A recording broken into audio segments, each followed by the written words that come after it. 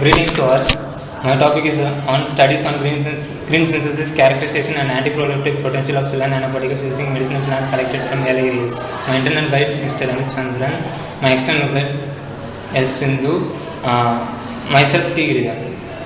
Introduction. Nanoparticles play an indispensable role in drug delivery, diagnostics, imaging, sensing, gene delivery and tissue engineering. Cellular nanoparticles are reported to possess antiviral, antibacterial and antifungal properties. Cancer is caused by damaging genes and exposed to cigarette smoke or ultraviolet radiation creates abnormal cells called tumor.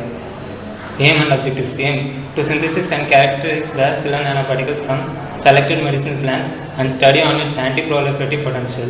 Objectives to optimize the synthesis of cellular nanoparticles from aqueous extracts of selected plants, to analyze the antioxidant and antimicrobial activities of cellular nanoparticles, characterization of nanoparticles using UV, FTIR, XRD and SIM.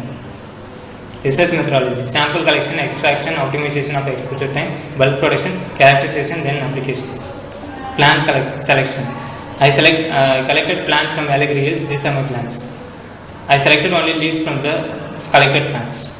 Extraction was done using direct boiling method. These are my aqueous extracts. Then optimization was done using sunlight method, that is different exposure time.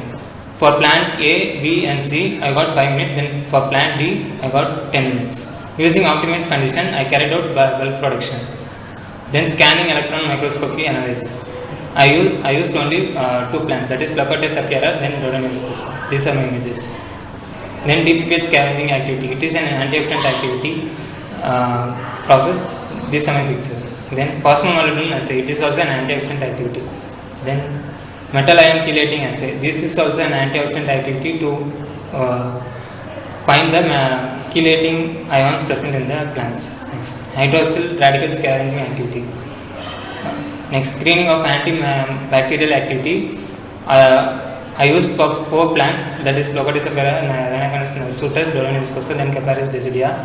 All plants showed efficient result in antibacterial activity. Next. Screening of antifungal activity.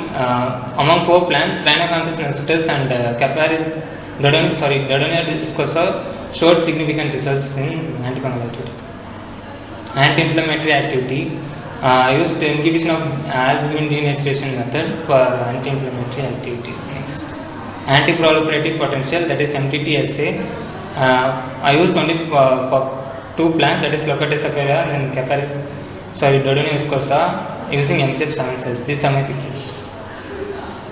Summary: plants were collected from Allegheny Hills. Leaves were taken from the synthesis of cellular nanoparticles. Leaf extracts for the collected plants are prepared using direct boiling method. Then optimization was carried out using sunlight method at different time intervals. Optimized conditions are used to produce bulk synthesis of cellular nanoparticles. Then synthesis cellular nanoparticles were characterized using UV visual spectrophotometer. Then in vitro antioxidant potential was studied using DPPH method. Then AGNPs were size of the AGNPs was identified using SEM analysis. Then structure analysis was used using technique XRD technique. Then characterization of cellular nanoparticles for Placotes apiara and Rhodonia viscosa to study the functional groups present in the plants are carried out using FTIR technique. Then phosphomolybdenum assay showed predominant activity in Rhinacanthus nasutus. Then metal chelating assay showed in Placotes apiara. More efficient activity showed for HR assay in Dodonia viscosa. Then antibacterial activity was found in much significant in Rhinacanthus nasutus. Then antifungal was significant in Rhinacanthus nasutus and Dodonia viscosa.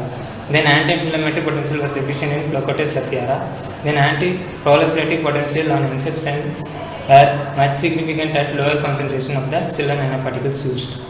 Next, conclusion: the data obtained from the study reveals that the synthesis cellular nanoparticles could be effectively used for various medical applications. However, in vivo studies are needed. These are my references. Then, thank you.